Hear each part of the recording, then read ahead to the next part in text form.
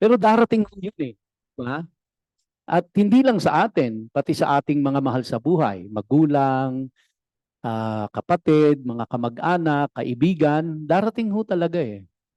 Kaya naisip ko po na siguro mas magandang talakayin natin yon para lahat tayo ay magkaroon ng mas maliwanag na pangunawa pagdating po sa kamatayan. Saan nga ba mapupunta tayo pag namatay tayo? At mahalaga po yun kasi para isang bagay na dapat paghandaan eh.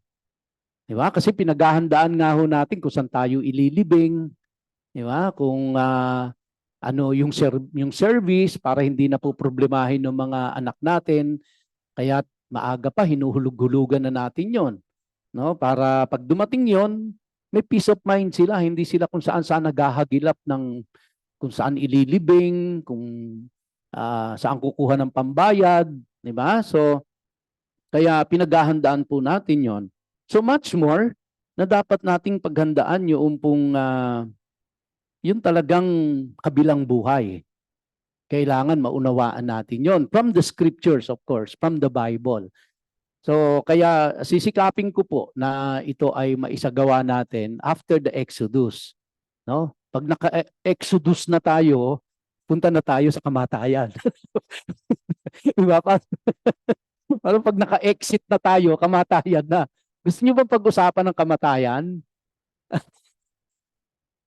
Kasi nung araw po, sa amin po, it's a taboo, no? Na hindi mo pwedeng pag-usapan ng kamatayan. Kaya nung sinabi ko sa nanay ko na ano po na binili ko na siya ng lilibingan niya, maingat ako doon sa nanay ko eh. Sabi ko, Mami, kayo po ay ibinili ko na ng lilibingan. Sabi ko, gusto niyo bang makita kung saan kayo ililibing? Sabi ng nanay ko, hindi na, okay na sa akin yun. Alam ko na hindi ako kung saan-saan mapapatapon. No? So, 95 years old na yung nanay ko. Sabi ko, whether mauna ako or mauna ka, Mami, meron ka ng maayos na lilibingan at may maayos na magseserbisyo sa'yo. Kaya huwag kang mag-alala doon. No? So, ngayon po natatanggap na nung matatanda yun eh, na piniprepare mo na yung malilibigan, di ba? Sabi ko, gusto niyo na bang makita kabaong nyo? Kasi pinaghahandaan natin yan eh. Ngayon, mahalaga din po paghandaan natin yung life after death. No? Hindi po yung dito. Mahalaga po yun, by the way, no? Huwag niyo po isasantabi yun. Mahalaga na pinaghahandaan natin saan tayo ililibing, yung mga ganun po na bagay, yung mga matatanda. Darating ho kasi talaga eh. At alam natin na problema yung mga pamilya natin kapag hindi natin napaghandaan yun eh. Malaking ano ho sa kanila, burden eh. So hanggat malakas tayo, may kapasidad pa tayo na mapaghandaan yon, paghandaan ho natin. No?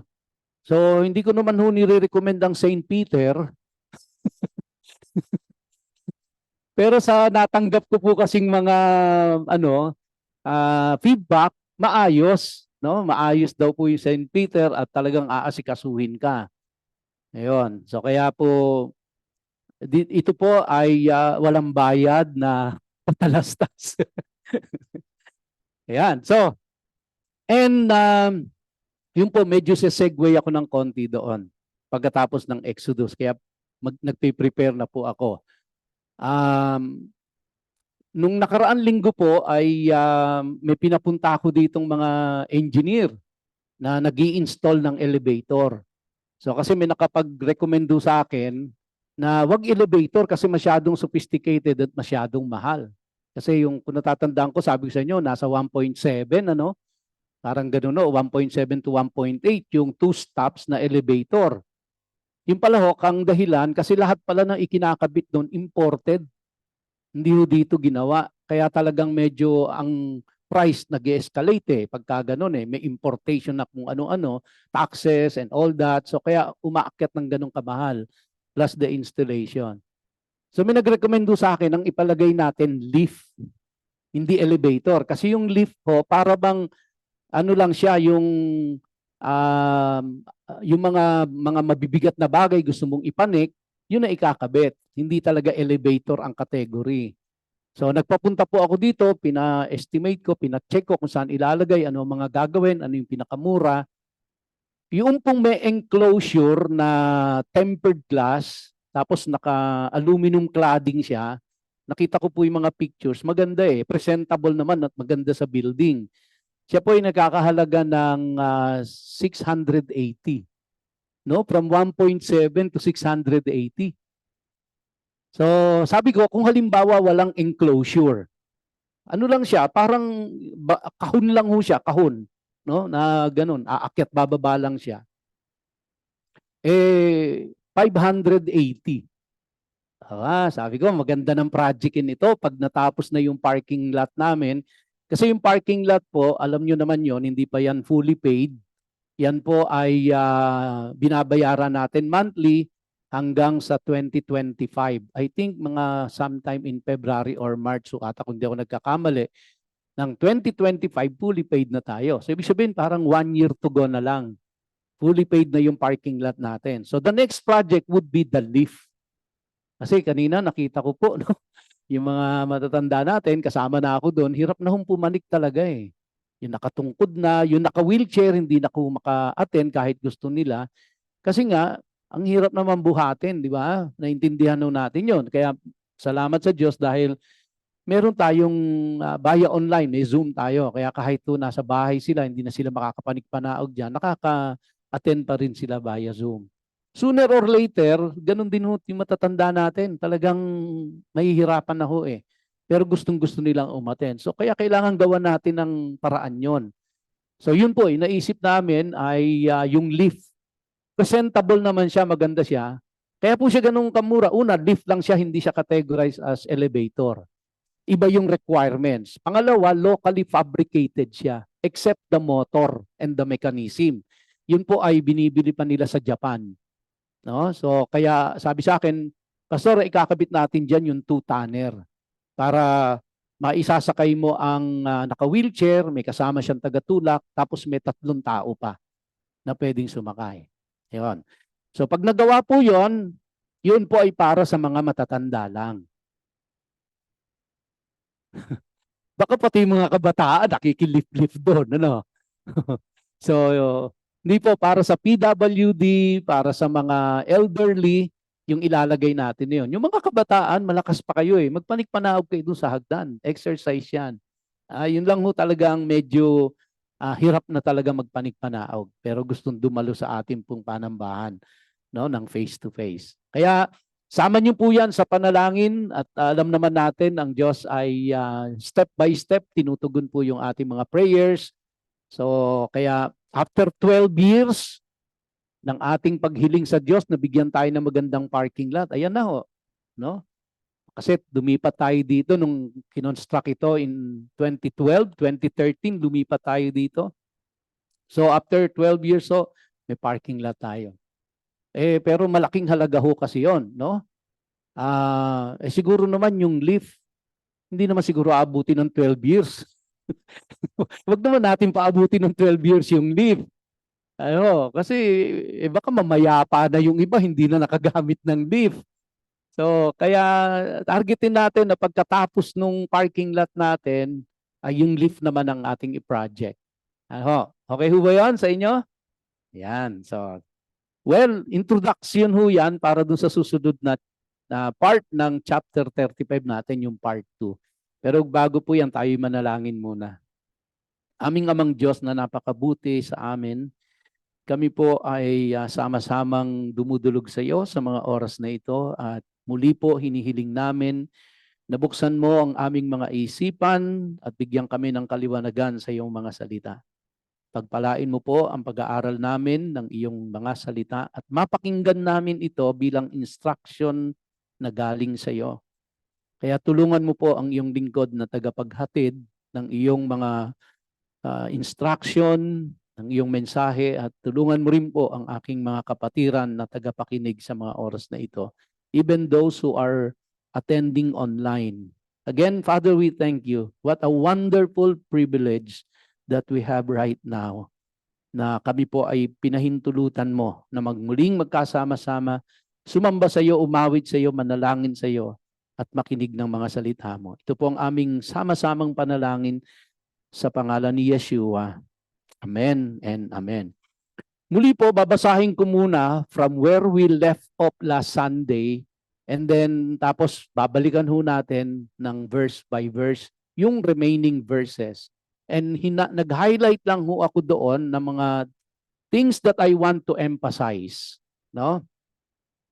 And then ang ating pag-uusapan. So in verse 20, Exodus 35, it says, "Then the whole community of the people of Israel withdrew from Moses' presence. And they came, everyone whose heart stirred him, and everyone whose spirit made him willing, and brought Adonai's offering for the work on the tent of meeting, for the service in it, and for the holy garments. Both men and women came, as many as had willing hearts. They brought nose rings, earrings, signet rings, belts, all kinds of gold jewelry, everyone bringing an offering of gold to Adonai. Everyone who had blue, purple, or scarlet yarn, fine linen, tanned ram skins, or fine leather brought them. Everyone contributing silver or bronze brought his offering for Adonai, and everyone who had acacia wood suitable for any of the work brought it. All the women who were skilled at spinning got to work and brought what they had spun, the blue, purple, and scarlet yarn, and the fine linen. Likewise, the women whose heart stirred them to use their skill upon the goat's hair. The leaders brought the onyx stones and the stones to be set for the ritual vests and the breastplate. Verse 28, the spices and the oil for the light, for the anointing oil, and for the fragrant incense. Thus every man and woman of the people of Israel whose heart impelled him to contribute to any of the work Adonai had ordered through Moses brought it to Adonai as a voluntary offering. Moses said to the people of Israel, "See, Adonai has singled out Bezalel, the son of Uri, the son of Hur, of the tribe of Judah. He has filled him with the Spirit of God, with wisdom, understanding, and knowledge concerning every kind of artisanry. He is a master of design in gold, silver, bronze, cutting precious stones to be set, wood carving, and every other craft. Adonai has also given him and Oholiab, the son of Akisamak, of the tribe of Dan, the ability to teach others. He has filled them with the skill needed for every kind of work, whether done by an artisan, a designer, an embroiderer using blue, purple, and scarlet yarn, and fine linen, or a weaver. They have the skill for every kind of work and design." So, yun po yung kabuuan ng chapter 35. So, nakita na po natin na tayo ay nasa last part na ng Exodus. Nasa huling division na or nasa huling bahagi na. At tinatalakay po natin dito is the completion of the wilderness tabernacle. And as we have learned in the previous lessons, na ang tabernacle na ito is a place of worship. This is the earthly dwelling place of God, where God will meet with His people and His people will meet with Him. So it's a place of worship. Ito pong tabernacle na ito. So ito po ay kumbaga binigyan na ng detailed instruction ng Panginoon kung ano ang kanilang gagawin. Now let's go back to as a way of review in verse 1. Sabi po dyan, "These are the things which Adonai has ordered you to do." Meaning, they have no option but to obey because this is not optional. This is a commandment from God. So whether they like it or not, to obey. It's a commandment. No? At ang unang sinabi ng Diyos sa kanila is to observe the Sabbath. The seventh day is to be a holy day for you in honor of Adonai. And then, afterwards, binigyan sila ng Panginoon ng instruction pagdating naman doon sa place of worship nila, yung kanilang tabernacle. No? Ang unang ipinagawa ng Diyos sa kanila is to take up a collection for Adonai. And it has to be collected to those whose heart are willing.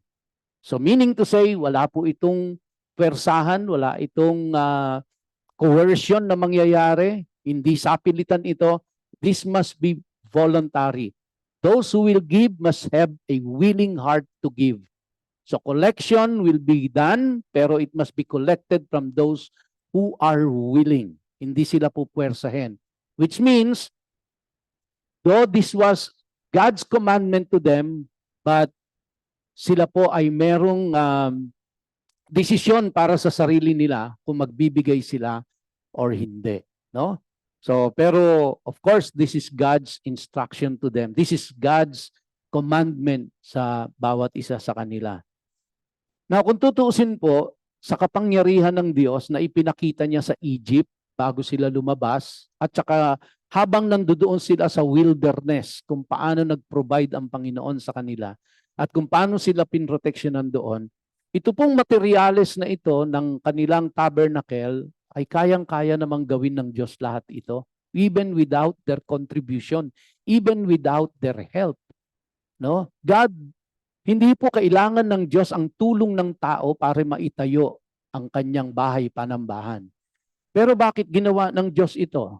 Dahil gusto po ng Diyos may participation. That you, people of God, you are part. No? Meron kang bahagi doon sa bahay panambahan ng Diyos.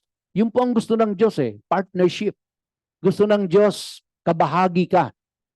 Kaya, kahit kaya niyang gawin ito mag-isa, ginawa niya nga ang buong mundo sa salita lang Lumikha nga siya ng tao sa salita lang at hiningahan niya lang, nagkaroon ng buhay. How much more is the tabernacle?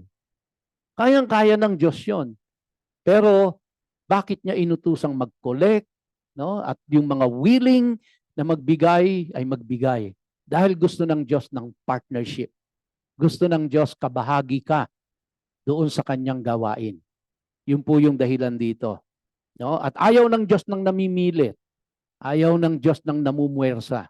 Gusto ng Diyos bukal sa puso ng isang tao ang kanyang paglilingkod sa Diyos, ang kanyang pagbibigay ng kanyang kabahagi sa gawain ng Diyos. No? Alam niyo po pag ganoon kasi, una masaya ang Diyos sa ganoon. Pangalawa, masaya ka rin. Kapag ikaw ay willing, no, na maglingkod sa Diyos, masaya na ang Diyos, masaya ka rin. Kaya masaya ang Diyos, masaya ka, equals blessing. Ganun lang yun di ba? At yun ang gustong-gustong pagpapalain ng Diyos, yung mga taong ganon. Verse 10, then let all the craftsmen among you come and make everything Adonai has ordered. Now, one thing na hindi lang pinrovide ni Lord sa kanila yung mga materyales na kakailanganin nila to build the tabernacle. By the way, pasensya na po kayo, nung nire-review ko at pinakikinggan ko yung sarili kong preaching nung last Sunday, panayang mention ko ng temple. Kung binalikan niyo po yung preaching ko, binabanggit ko temple. Hindi po, tabernacle yon. Yung sa wilderness ay tabernacle, yung pong sa promised land sa Jerusalem, yun yung temple. Okay? Although similar in design and also in function. So almost the same po yun. Ang pagkakaiba lang yung tabernacle is nagmo-move from one place to the other. The temple is permanent doon sa Jerusalem. Now, let all the craftsmen among you come and make everything Adonai has ordered. So bukod po doon sa materyales, ang Diyos po ay nagkakaloob din ng kakayahan. Kasi kung wala ho siyang binigay na kakayahan doon sa mga gagawa, paano maitatayo yun? Di ba? Kung walang skill na ibibigay ang Diyos, paano maitatayo yun? So again, sabi ko nga po, gusto ng Diyos partnership Gusto niya kapartner kanya. Kaya bibigyan kanya ng kakayahan para makakontribute ka dun sa pagtatayo ng kanyang bahay panambahan. No? Then the whole community of the people of Israel withdrew from Moses' presence. Ano po ibig sabihin nito? Then the whole community of the people of Israel withdrew from Moses' presence. Which means, pagkatapos po nilang marinig ang instruction ng Diyos, ang utos ng Diyos, lahat sila po ay tumalima at sumunod. Kumbaga, hindi po sila tumigil lang doon at walang ginawa. Lahat sila ay merong ginawa. Bawat isa sa kanila ay nag-contribute kung ano ang magagawa nila. No? Hindi lang po para sa sarili nila, kundi para din sa mga tao na kasamang sasamba sa Panginoon. No? Nakakataba ng puso po yun na ikaw ay ginamit ng Diyos para ang ibang tao ay makasamba sa Diyos. Kumbaga, hindi lang nila iniisip ang sarili nila. No? Hindi lang nila iniisip na kaya ako gagawa dito para mas pagpala ako, mabless ako. No? Alisin na po natin yung mentalidad na yon na kaya ako sisimba para i-bless ako ni Lord. Alisin na po natin yung mentalidad na yon. Kaya ako sisimba dahil gusto ko maging blessing ako sa iba. Kasi the moment po na naging blessing ka sa iba, automatic yon, ibe-bless ka. Kaya wag nating gawing pangunahing dahilan ng pagsimba natin ay para ma-bless tayo. Kundi ako ay sisimba, makikinig ako ng instruction ng Diyos at susundin ko ito. Ako ay sisimba hindi para sa sarili ko. No? Ako ay sisimba dahil para isambahin ng Diyos at para maging instrumento ako ng Diyos para ang iba ay makasamba sa Kanya. Ang iba ay makapagpasalamat sa Kanya. Ang iba ay makapagpuri sa Kanya. I will use my talents and gifts at kung ano man yung kakayahang ibinigay ng Diyos sa akin, magko-contribute ako para yung mga kapatiran ko ay makasamba sa Panginoon. And I'm telling you, no, if you do that, automatic po yan. Even you, without asking God to bless you, He will definitely bless you. He will definitely bless you. Magugulat ka na lang po kung anong ginagawa ng Diyos sa iyo. So, sisimba ho tayo bilang pagsunod sa utos ng Diyos and then to listen to His instructions. Lord, ano ba instruction mo sa akin? Minsan, tuturuan tayo ng Diyos ng principle. And that principle, tutulungan tayo para mamuhay tayo in accordance with God's will and God's word.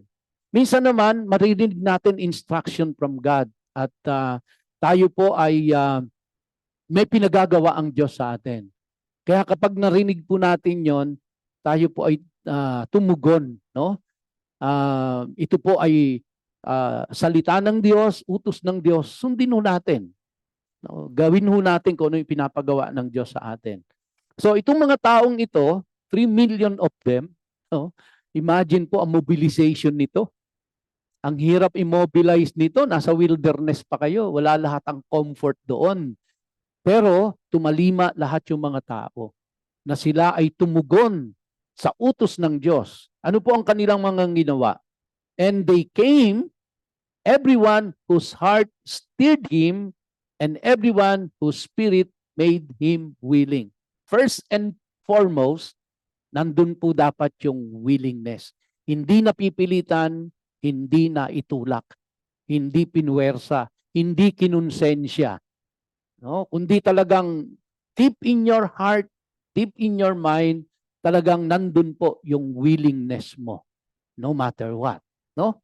Nandun po yung willingness. At mapapansin nyo dyan, sabi po, everyone. So I assume the 3 million of them, especially the adults, tumugon po sila. No? At sila ay merong willingness. Ang sabi dyan, and brought Adonai's offering for the work on the tent of meeting. Yung tent of meeting po is another name for the tabernacle. So everyone contributed para po doon sa place of worship nila. Mahalaga po ito sa kanila kasi for 400 years, wala silang place of worship in Egypt. Wala silang government. Wala silang freedom. They were all in bondage. Pati yung mga kanununuan nila at yung bagong henerasyon, Lahat sila po ay walang sariling bansa, walang sariling gobyerno, wala silang place of worship, wala silang freedom. Lahat po sila ay alipin.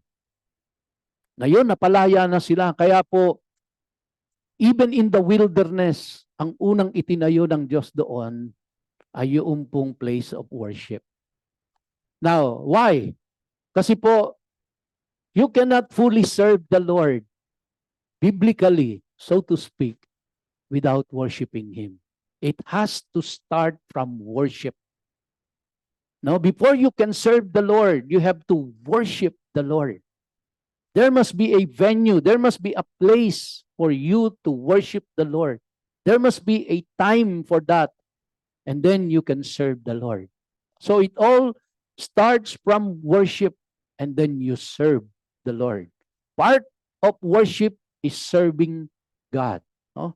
So, sabi diyan, and brought Adonai's offering for the work on the tent of meeting, for the service in it, and for the holy garments. So napansin niyo po, no? For the work, for the service, and for the holy garments. Even yung kasuotan ng high priest nila is very specific ang Diyos, and He is very particular kung ano ang isusuot ng high priest. Kasi yung high priest po ay haharap sa Diyos. Yung high priest po will represent the people of Israel sa harapan ng Diyos. Kaya kailangan maayos siya eh. Kaya kailangan talagang siya ay nakabihis ang ayon sa specification ng Diyos. At yung isinuot ng high priest na ito, galing din ho sa mga tao, kinontribute nila yon para mabihisan siya ng ganoon. And even the people, the ordinary people, pinaghanda rin sila ng Diyos. No? Na kung natatandaan ho natin, na binigyan sila ng 3 days, maglaba kayo. Huwag kayong haharap sa akin. No? Maglaba kayo, linisin nyo ang sarili ninyo, purify yourself bago kayo humarap sa akin. I'm giving you 3 days to prepare. So which means, meron pong kumbaga may pakialam ang Diyos. Pati sa kasuotan ng high priest nila, pati sila mismo naharap sa Diyos. No? Kumbaga parang you have to dress appropriately kapag haharap ka sa Diyos. Kaya po siguro sa atin magandang practice din ho ito. Principle that we have to live with ay isipin ho natin sa pag-Sunday. Ako ay a-attend sa church. Ako ay haharap sa Diyos. And I have to dress appropriately sa harapan ng Panginoon. Parang, kumbaga isipin nun natin, kunyari, pinatatawag ka ni PBBM sa Malacanang. Ano ang gagawin mo? Baka bibili ka pa ng bagong damit di ba? Kasi presidente itong naharap sa Malacanang, pinatatawag ako. Ano ba ang appropriate na kasuotan ko dapat in front of the president? So, ganun isipin natin every Sunday. Pagka tayo bubuksan na natin yung closet natin at mamimili na tayo ng damit. Ano ba ang isusuot ko? Appropriate para humarap ako sa Diyos. Okay? Isipin natin yun. Kasi the way I understood it from the scriptures, may may pakialam ang Diyos sa isinusuot ng haharap sa Kanya. Pinapakialaman ng Diyos yon. Mahalaga sa Diyos yon kung ano ang kasuotan ng haharap sa Kanya. Now, kung naniniwala po tayo that God is everywhere, that God is in our presence, every Sunday, nandito siya, at maharap tayo sa Kanya, then I think it is appropriate lang to dress appropriately for the appropriate occasion. Di ba? Okay, so kaya pati yung holy garments, yung work, yung service, and then ito nakakatuwa, sabi rito sa verse 22, both men and women came. Lahat may bahagi, matanda, bata, no, lalaki, babae. And then again sabi dito, as many as had willing hearts. Nakailang beses na binanggit yung willing. Pangatlo na, no? So mahalaga po na nandoon yung willing heart ng tao, yung willingness ng tao. Hindi siya napipilitan. Kusang loob niya yon. Masaya siya doon na gagawin niya yon. Kaya kung siguro kung hindi rin lang masaya ka dyan at napipilitan ka lang, huwag mo nang gawin kasi hindi rin mapiplease ang Lord doon. Di ba? Hindi rin siya matutuwa doon kung napipilitan ka lang. Kung parang sige na nga, ang kukulit nyo. Di ba? Ang kulit mo, pastor, linggo-linggo na lang yan, naririnig ko sa iyo, sige na nga. Hindi, wag ho. Kasi hindi ka rin masaya doon at hindi rin masaya ang Diyos sa ganong attitude. Kailangan willing ka para masaya ka. At syempre, masaya ang Diyos doon. And then, dito po sa kanila, both men and women came, as many as had willing hearts. They brought, pakinggan niyo po ito, they brought nose rings. Yung mga sing-sing sa ilong. No? Earrings, hikaw, signet rings, belts, all kinds of gold jewelry. Everyone bringing an offering of gold to Adonai. Ba't pinanggit pa ito? They brought nose rings. Pati yung sing-sing nila sa ilong. Dito, doon, no? May nose piercing pala na nangyayari nung araw. Tapos dito mga bracelet binigay nila. Now, ito po kasing mga bagay na ito ay may value yan. Kahit nung panahon nila, hindi lang panahon natin, kahit yung panahon nila, may value yan at mataas ang value niyan. Okay? Pangalawa po, yan ay nagsisimbolo po kasi yan ng glorification of self. You know, the moment na nagsuot sila ng mga hikaw sa ilong, hikaw sa tenga, bracelet na siguro mga 2 kilong gintong necklace, yung pendant siguro kasing laki ng bola ng ng tennis, ang mo. Parang sa kanila yan, they glorified themselves through that. Hindi lang naman ngayon yan Di ba? Sa atin yung lalo na yung mga mahilig sa alahas, di ba? Nakikita mo nagsusuot sila kasi they want to appear talaga na maganda, di ba? Presentable plus kumikinang ka no? Di ba? At nagkukulay dilaw ka na para may hepatitis ka na, di ba? Sa dami ng alahas mo. But because you want to glorify yourself. No? You want to glorify yourself. Yung mga reels natin and all that, you want to glorify yourself. Ganon din naman sa kanila. That's their way of glorifying themselves. So kaya ito po ay isang act na ang gusto nilang i-glorify si Lord. So kaya yung ginagamit po nila for self-glorification, ito ay hinubad nila at ibinigay nila ito sa Diyos to glorify God and not themselves. And these are valued possession. Ito po ay mga possession nila ito, mga kayamanan nila ito. But they are willing to give their kayamanan. They are willing to surrender their self-glorification for the glory of God. At ang sabi po diyan, everyone, no? Although ito pong everyone na ito is singular, but the verb that was used is in the plural. Bringing, that is in the plural, it's not singular. So which means, every one of them, which is singular, and the verb that was used ay in the plural, ibig sabihin po, lahat sila. Imagine niyo po, kung lahat yung 3 milyon na yung, kalahati na lang, 1.5 million ang nagbigay. Talagang sobra-sobra yung nakolekta for the purpose. Kaya pinatigil ni Moses Pinatigil ni Moses. Hindi ko lang alam kung ngayon mangyayari yon, kung patitigilin ng pastor. No? Baka laging kulang, no? Kahit sobra-sobra na, kulang pa rin. No, that's only enough. Only enough. Kaya kung magpapalagay tayo ng lift dyan at 500 or 680,000 lang yan, then hanggang dun lang. No, huwag tayo maningil ng 1.2 para dyan. Huwag nating i-overprice.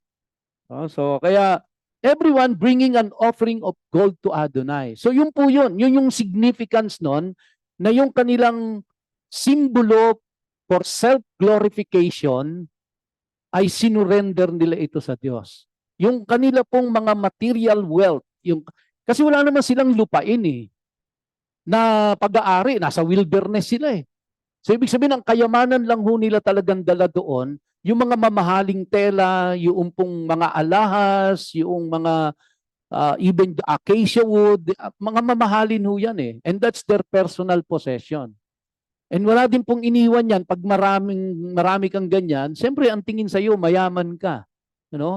So, kaya lang ang pagkakaiba nasa wilderness sila. But the thing here is every one of them willing to surrender their personal possession and wealth and willing to surrender their self-glorification, and that is to the glory of God.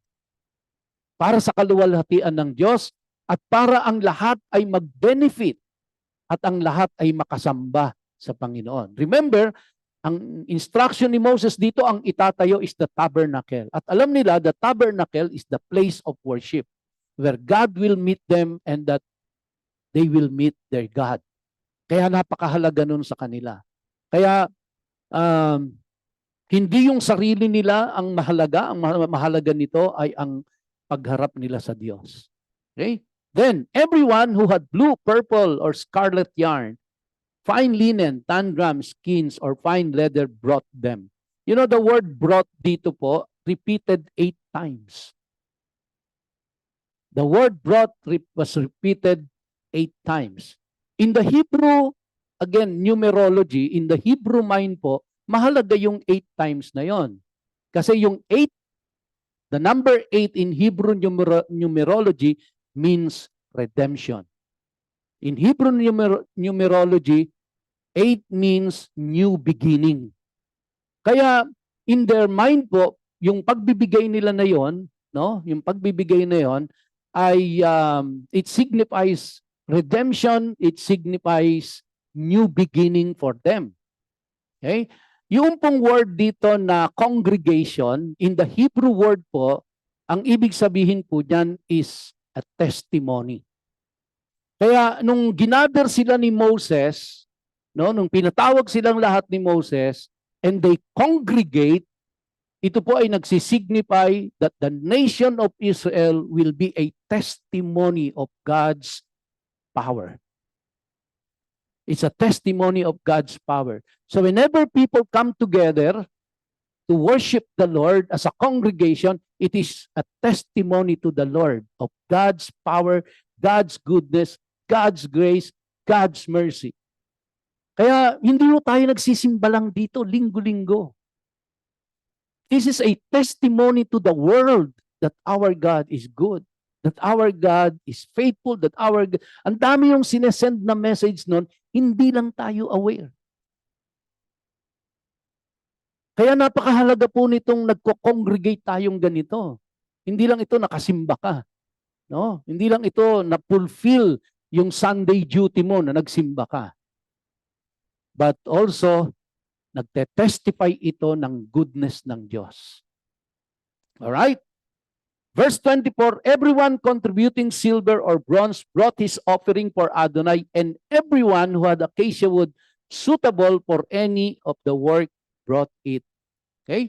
So everyone, wala hong lahat nag-participate. Kaya napakaganda po mga kapatid kung bawat isa sa atin ay magko-contribute. It doesn't always mean money. Meron kang talent, meron kang gift, may kakayahan ka na binigay ng Diyos sa iyo.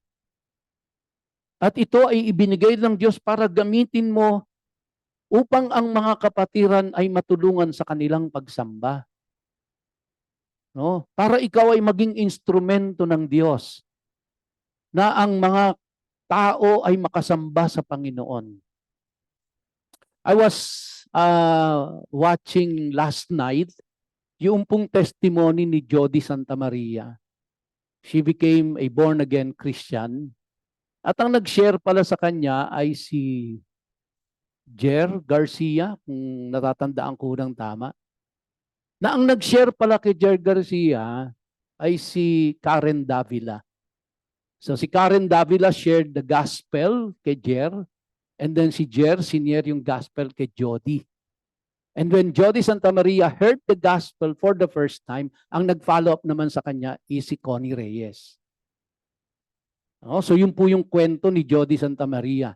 Ibig sabihin po, when she was really down, separated, she was really longing for something, may emptiness sa kanyang heart, and then nung nag-concert daw sila somewhere in, I think in LA, 12,000 people attended that concert, and everybody was clapping, and everybody was really rejoicing. And then after the show, she went into the backstage, and she was crying. She was crying there, and sabi niya, ba't ako umiiyak?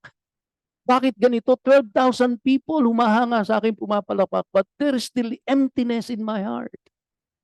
I am still empty. Until she found Jesus. Why? Because somebody took that opportunity, i-share yung gospel. No, senior ni Karen Davila, yung kay Jer, si Jer close to Jody, senior kay Jody, and then somebody follow up, si Connie Reyes. Siyempre, sila yung nasa circle eh. Sila yung nandoon eh. No? Hindi naman pwedeng ako ang mag-follow up kay Jody Santa Maria. Sino ka? Di ba? Siyempre, the people around them. Yun yung circle nila eh. Yun yung community nila eh. Tayo po, nasaan ba yung community natin? Halimbawa, kung ikaw ay nasa university, that's your community, that's your area of influence. Ikaw ay nandoon sa palengke, that's your area of influence. Nasa eskwelahan ka, that's your area of influence. But the thing is, kung ano yung gift, talent ng ibinigay ng Diyos sa iyo, use it so that people will come to Christ. So that people will be saved. So that people will be helped to worship the Lord. Use it. Huwag kang mamatay ng ganyan lang. Nabuhay ka lang at namatay. Di ba? Mas maganda po nabuhay ka na merong kang purpose. Mas magandang nabuhay ka na ginamit ka ng Diyos sa kaluwalhatian niya. In the first place, yan naman yung reason din kung bakit kanya nilikha.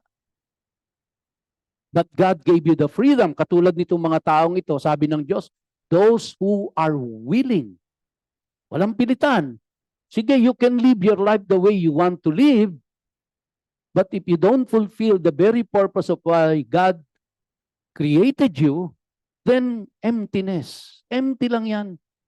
Walang saysay. Gusto nyo ba yun? No? Nabuhay ka lang, tumanda ka, namatay ka, nang hindi ka nagamit ng Diyos. So siguro, hindi lang siguro, kundi maganda po, di ba, na habang malakas tayo, habang buhay tayo, at yung gift na ibinigay ng Diyos sa atin ay magamit natin para po sa paglilingkod sa Kanya. No? At ang ating pong Diyos, mga kapatid, hindi po siya, gamitin ko na po yung word na manunuba. Hindi po siya, paano ko ba sasabihin sa Tagalog, na walang utang na loob. Hindi ho. Hindi magkukulang ang Diyos sa iyo. Alam niya kung paano kanya ibe-bless. But there is that obedience factor na dapat mong gawin. Ano ho? Sabi diyan, all the women who were skilled at spinning got to work and brought what they had spun, the blue, purple, and scarlet yarn and fine linen. Yung mga kababaihan, no, nagtulong-tulong po sila, yung mga skilled sa paggawa, nagtulong-tulong sila at para makurtinahan yung kanilang simbahan, yung kanilang tabernacle. Para makasunod dun sa specification ng Diyos, kailangan siya ay blue, scarlet, and purple. No? So, imagine niyo kung gaano kahirap ito sa panahon nila. Nasa wilderness sila. Wala silang modern na makinarya. But God gave them the skill. So, kapatid, pag ikaw tinawag ng Diyos, bibigyan kanya ng kailangan mong skill. Tumugon ka lang. Tumugon ka lang. Actually, binigyan ka na ng Diyos initially eh. Di ba? Kung ikaw, yun nga, lagi kong binabanggit, kung binigyan ka ng Diyos na matalas ang tenga mo sa mga nota at maganda ang boses mo, i-enhance mo na lang yan. So gamitin mo yan para maluwalhati ang Diyos. Wag ho kayong papayag na sumimba kayo, nadinig nyo instruction ng Diyos, nadinig nyo hamon ng Diyos, yung challenge ng Diyos, Yung opportunity na binibigay sa'yo, pagkatapos uuwi ka, walang ginawa. The following Sunday, ganun na naman, maririnig mo na naman ang instruction ng Diyos. Uwi ka na naman, susunod na Sunday, after Sunday, after Sunday. You have to respond. Yun po yung nangyari sa kanila eh. Nung binigay na ni Moses, sabi ni Moses, ito yung order ng Diyos. Kumbaga, ito yung utos ng Diyos. Ano ang ginawa po ng Diyos, ng mga tao? Pagkadinig nila ng utos ng Diyos, umalis sila, nag-respond sila. May action silang ginawa. Kinuha nila yung mga hikaw nila, yung nakatago dun sa baul siguro, kinuha nila yon and they all contributed it. Yung mga skilled, ginamit nila yung skill nila. Yung mga kababaihan na magaling pong maglala, no? Gumawa sila ng kurtina dahil yun ang ilalagay nila dun sa tabernakulo na pinagagawa ng Diyos sa kanila. Yung mga lalaki na binigyan ng skill, ginamit nila yung skill nila na yon. Wala pa silang modern machinery, walang mga power tools. So, tingnan nun natin. Likewise, the women whose heart stirred them to use their skill spun the goat's hair. Imagine niyo po yung balahibo ng kambing. Para ilalahin mo yan at i-weave mo siya, gagawin mong bubungan yun eh. Yung goat's hair na yun, bubungo yun. Na ginawa, wala pa naman silang tigulan nun, wala pang long span. Wala po silang ganun. Goat's hair. Ang ginamit kasi yung goat's hair, hindi tinatagos ng ulan, hindi tinatagos ng hamog para ma-preserve yung loob ng kanilang tabernacle. Pero sinong gumawa po nun? Yung mga babae ang nag-weave nun. Eh gaano kahirap, gaano ka-tedious yung trabaho na yon? Hindi po madali yun. Wala silang modern machineries. Eh ang lansa nun, di ba? Yun nga lang, kalderetang kambing, di ko masyado makain yan kasi lalo na yung papaitan. Di ba? Ang lansa eh. Imagine nyo yun, kakatayin nila yung kambing, tatanggalan nila ng balat, kukunin yung goat's hair, tapos gagawin nilang isang sheet na malaki para maibubong. It's a tedious job. It's not easy. It's hard work. Under the heat of the sun, under the different weather. Pero ginawa nila yon. They contributed para may masasambahan sila. Doon sila imimit ng Diyos eh. Doon sila imimit ng Diyos. Pinaganda nila ito, no? The leaders, ito maganda ho, hindi lang yung mga tao, but the leaders brought the onyx stones and the stones to be set for the ritual vest and the breastplate. So yung mga leaders po, hindi lang utos ng utos. Hindi yung gawin niyo yan, gawin niyo to. O ano, tapos na ba yan? Nalala niyo na ba? Nagawa niyo na? Natabas niyo na? Nakatay niyo na ba yung mga kambing? Hindi po. Yung mga leaders, they get their hands dirty. No, hindi po sila mga boss. Sila ay leader. Kaya ang ganda ng description eh. The leaders, hindi po the boss. But the leaders brought the onyx stones. They also contributed. So makikita natin na yung mga leaders and the ordinary people, they got together and they all contributed para po maitayo ang place of worship nila. Okay? The spices and the oil for the light, for the anointing oil, and for the fragrant incense. Verse 29, thus every man and woman of the people of Israel whose heart impelled him to contribute to any of the work Adonai had ordered through Moses, brought it to Adonai as a voluntary offering. Please take note of that, mga kapatid. Willing heart, voluntary ang kanila pong pagko-contribute. So kaya, i-apply natin itong principle na to sa church natin.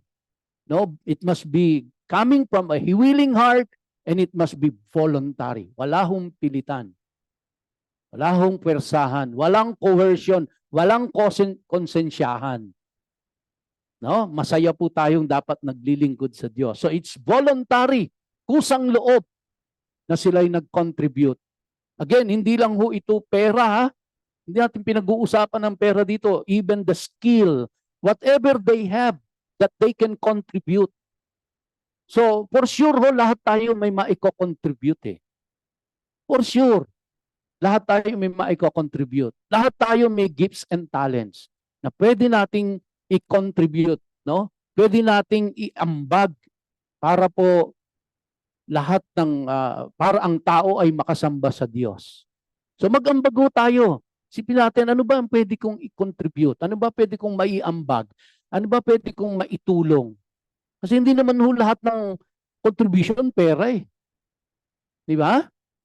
Hindi ho eh. Mag-isip tayo kung ano yung pwede nating mai-contribute dito. Dapat maging bahagi tayo ng gawain na ito. Lahat kumikilos.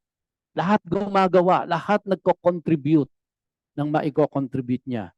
Verse 30, Moshe said to the people of Israel, See, Adonai has singled out Bezalel and the son of Uri, the son of Hur of the tribe of Judah. Merong special skill eh. Kailangan po ng special skill. Kaya siningle out po ito si Bezalel. No? Now, mapapansin niyo po, mga kapatid, dalawang tribo ang pinagkunan nito. Isa yung tribe ng Judah at saka yung isa tribe ng Dan. Now, again, in the Hebrew mind, mahalaga po yun. Bakit hindi kumuha sa ibang tribe?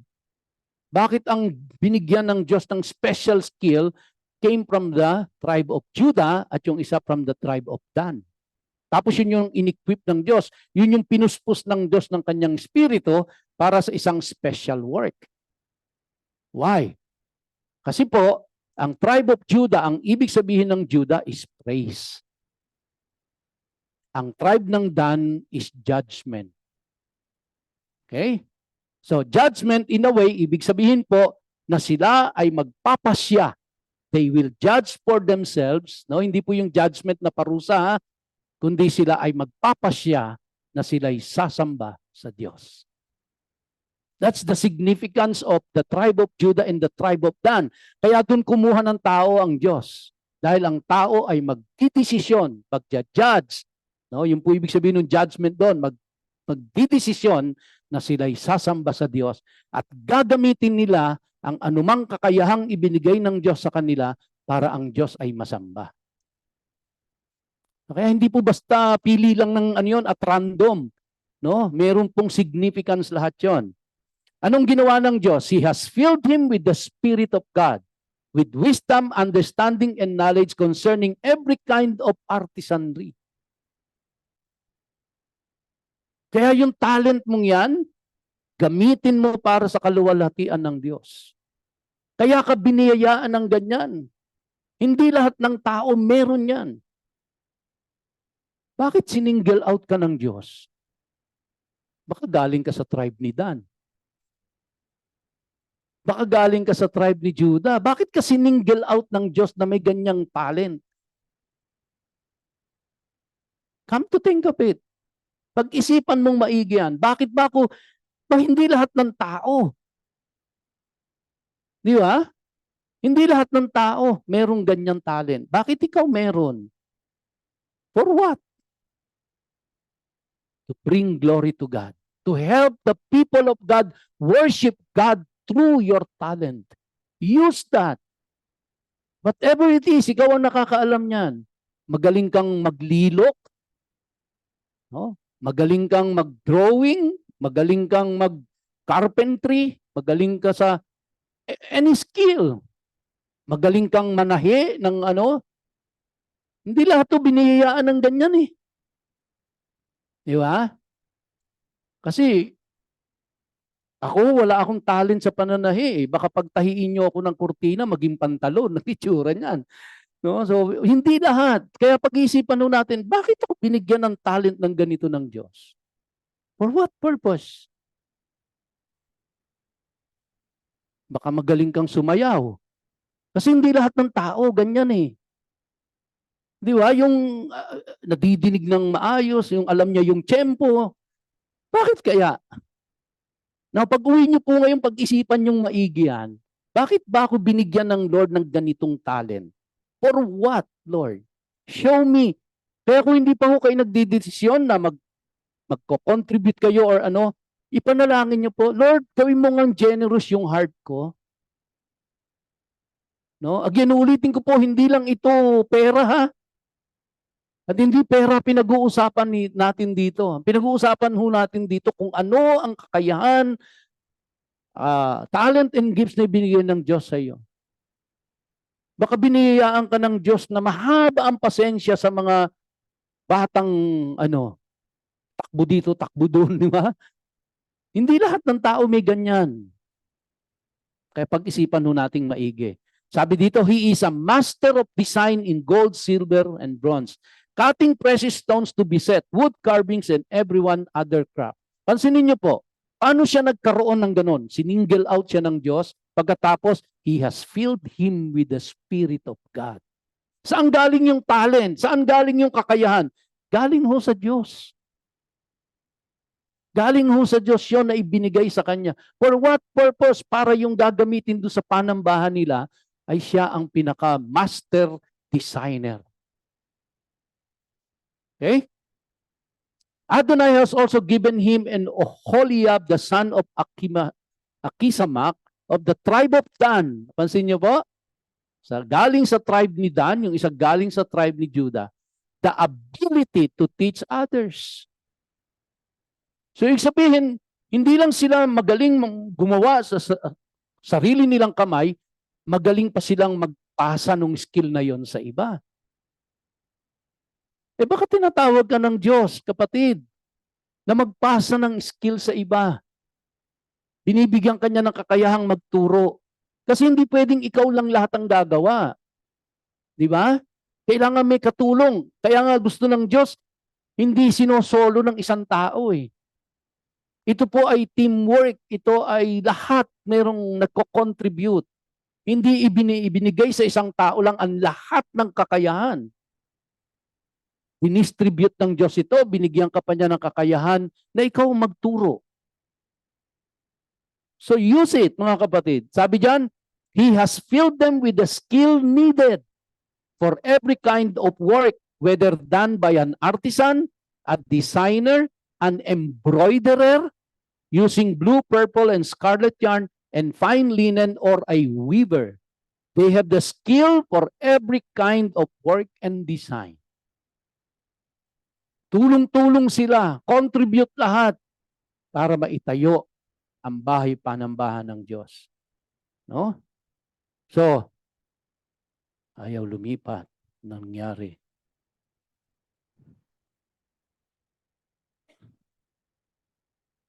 Yan. Wala na po. I think that's it. Parang tama po, no? So, now, to close my preaching po, mga kapatid, ang pinag-uusapan, binigyan ng Diyos dito ang bawat isa sa kanila, the ability, the skill, the gift, the talent. For what purpose? Para po sa panambahan. Para sila'y makasamba, makapagpuri, at makapaglingkod sa Diyos. And I don't believe na yung pong layunin ng Diyos noon sa panahon nila ay hindi na layunin ng Diyos sa panahon natin. God is teaching us principle. God is giving us instruction. How do we respond? Don't you worry. Because the moment you say yes to God, He will equip you. He will give you the resources. He will give you the talent. He will give you the skill. He will fill you with His Holy Spirit. Kaya huwag kang matakot na tumugon. Huwag kang mahiya, lalo na. No? Huwag kang mahiya. Ano ba nakakahiya doon? Kaya pag-isipan ho nating maigi ito as we go home. Sana po ay hindi lang nagtapos dito, kundi pagdating natin sa bahay natin, in the privacy of our room, sipin natin, Lord, gawin mo pong generous ang heart ko upang ako ay tumugon at ibagkaloob ko ang kakayahang ibinigay mo sa akin para sa iyong kaluwalhatian at para sa pagsamba ng mga kapatiran. Tumayo po tayong lahat at tayo po ay aawit sa Diyos, papurihan natin siya at sambahin natin siya, and then we will close in prayer.